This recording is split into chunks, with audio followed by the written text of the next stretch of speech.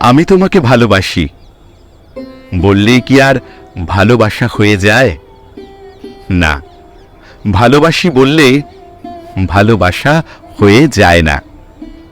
ভালোবাসা এটা তো শুধু একটি শব্দ। যেমন ধরো, আমি বললাম তোমার জন্য জীবন দিতে পারি, কিন্তু তাতে কি সত্যি জীবন দেওয়া হয়ে যায়? ভালোবাসার নেই কোনো ধরন, নেই কোনো চিত্র। ভালোবাসা প্রকাশ্যে হয় না, ওটা অনুভবেই ধরা দেয়।